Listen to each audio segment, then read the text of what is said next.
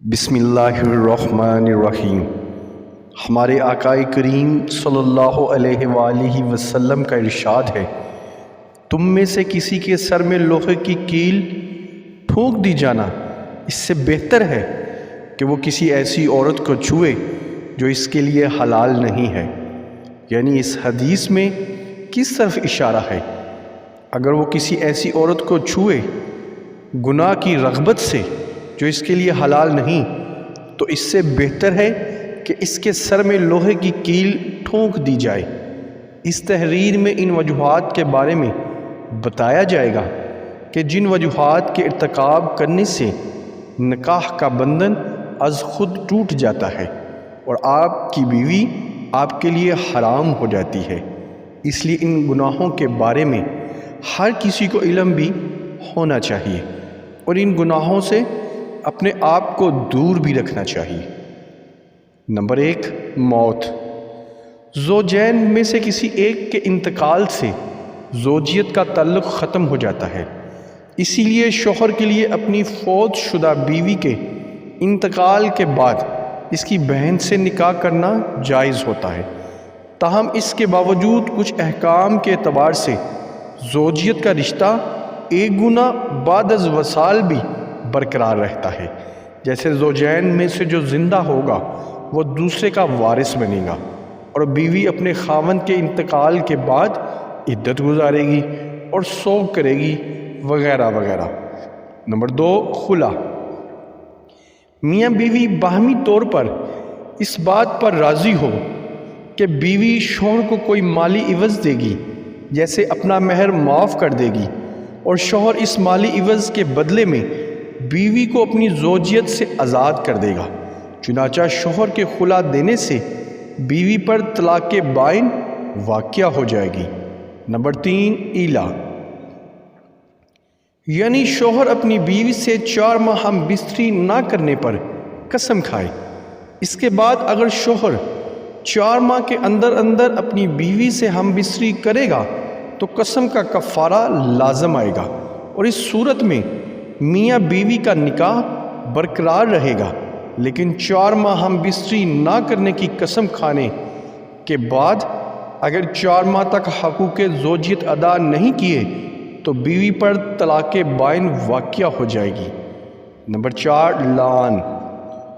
شوہر اگر اپنی بیوی کو زنا کرتا ہوا دیکھ لیتا ہے اور معتبر شرعی گواہوں سے اس کو ثابت نہیں کر پاتا تو اس صورت میں لعن کا حکم ہے، اور لعن یہ ہے: شوہر 5 دفعہ قسم کھائے گا کہ میں اپنی بات میں سچا ہوں، اور اگر میں اپنے اس دعوے میں جھوٹا ہوں تو مجھ پر اللہ کی لعنت ہو۔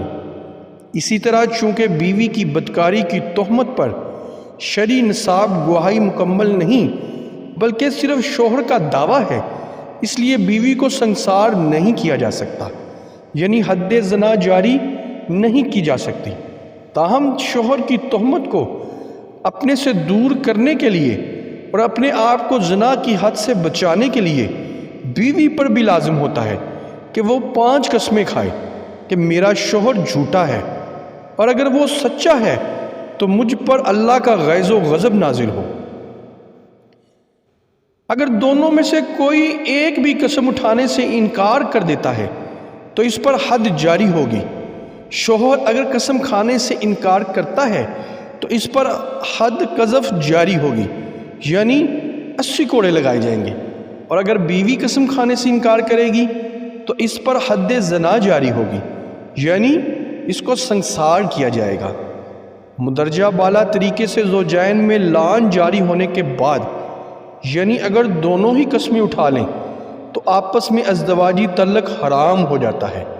اس کے بعد یا تو شوہر طلاق دے دیں یا قاضی دونوں میں تفریق کر دے۔ نمبر 5، شوہر کا غائب ہونا۔